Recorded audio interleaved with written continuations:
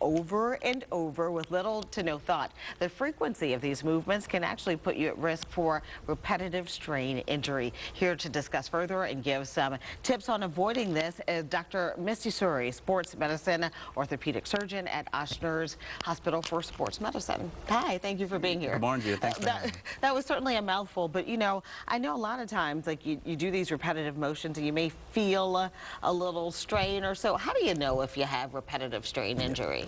So repetitive strain injury, Gina, it's kind of like this. So I assume you've never chopped wood before. I haven't. Okay.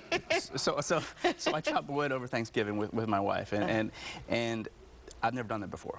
So what happens when you do something like that you've never done before is you have these micro little strains and tears in your muscles and tendons.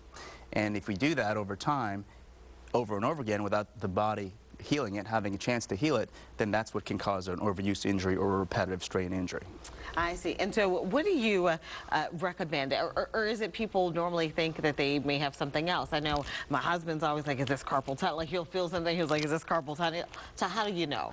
So you got to correlate it with your activity. So say you're at work all day and you're lifting boxes over your head and your shoulder starts hurting.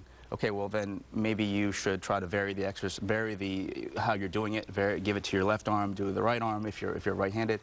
So you need to know if it correlates to activity, if it goes away with rest, if it goes away with some anti-inflammatories. So you have to try to, or if you're weak. Now if you're weak and you can't lift anymore, for example, if that was your job, then okay, maybe something's torn and maybe you need to get it evaluated.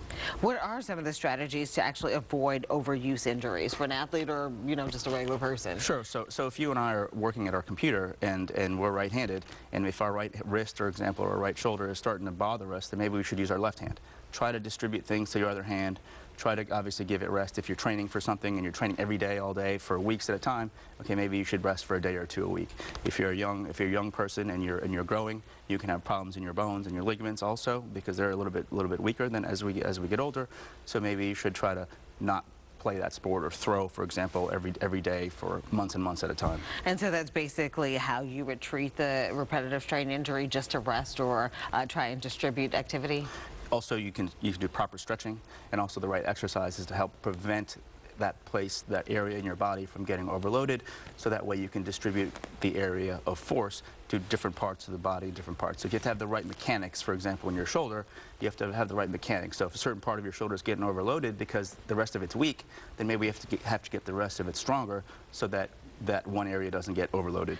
And that's my final question for you. If you do experience something like this, oftentimes that your body can compensate for experiencing a weakness or whatever. Does that precipitate, I guess, more injury, or could that cause further damage? Absolutely, it definitely can. For example, in a young thrower who's maybe a baseball player who's 14 or so, if he's throwing with improper mechanics over and over again, he can break something in the bone, he can cause rotator cuff problems, he can have elbow problems. So we have to try to keep everything with the right mechanics to hopefully not overload the area in one specific spot. All right, all good information. Thank you for your time this morning. More information on repetitive strain injury, you can visit the website on your screen. That's ochsner.org.